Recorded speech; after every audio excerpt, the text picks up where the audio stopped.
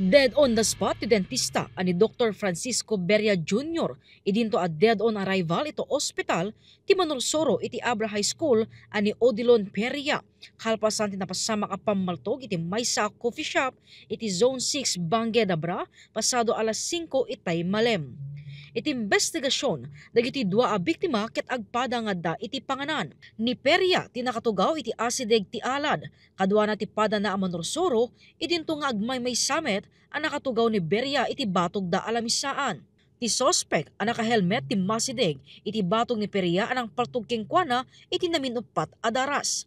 Dagos met ngi muneg ti panganan ti kadwa na. Nagsagaba ni Peria ti talo atama ti bala ti paltog iti akin kanawan apaset ti likod ken maysa iti akin kanigid nga ima na.